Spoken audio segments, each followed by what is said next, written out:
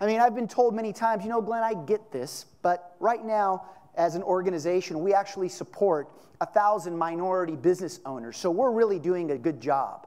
And my question is, what does that mean when you say that you're supporting them? Are you providing sponsorship dollars, or you give them the opportunity to have them involved in your innovation labs? How about this? How about if you pivoted a little bit and said, well, instead of just supporting and saying that you do business with 1,000 or 1,200 small business owners, minority business owners, how about if you said that you were instrumental in serving as an incubation for their growth? Because in the end, this cultural demographic shift represents opportunity for economic growth and global intelligence and global competitiveness. Now, as I see the marketplace, I ask myself, are we the ones pioneering growth, innovation, or opportunity? Or is the global market dictating our agenda? Think about that. What role are we playing, and what role can this cultural shift play in how we think, act, and innovate?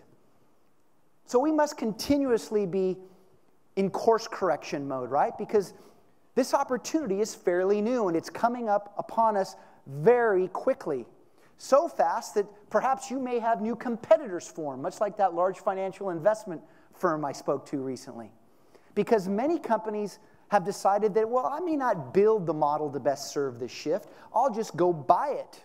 So for mid-cap companies, that's an opportunity. Because there's growth in this market like never before, and the purchasing power numbers show it.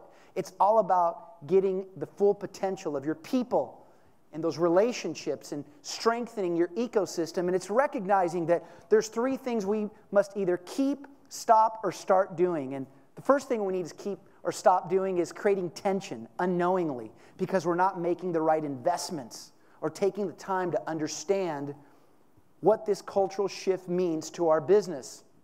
It also means that we need to stop guessing about what it means. I mean, oftentimes, especially at the C-suite, there are some preconceived notions of what this cultural shift means because it's viewed more like a cost center than a profit center.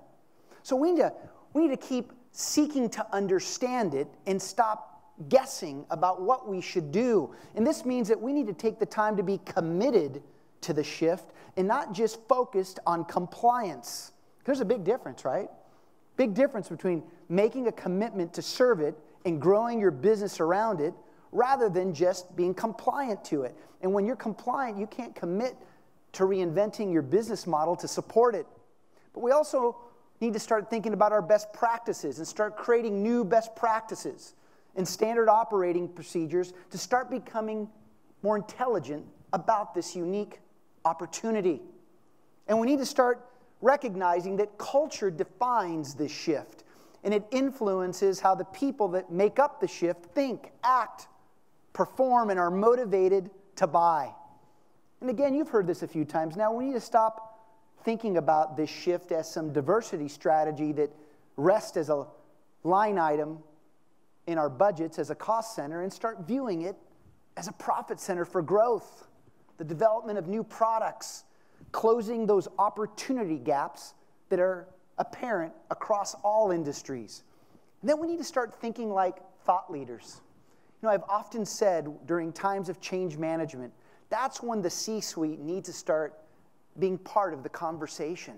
Because this isn't just about you, nor your industry. This is about the strength of our economy. I mean, in any time that you're going through this type of change, it's about sharing of best practices. It's about helping you understand how to become more knowledgeable so that the shift becomes seamless.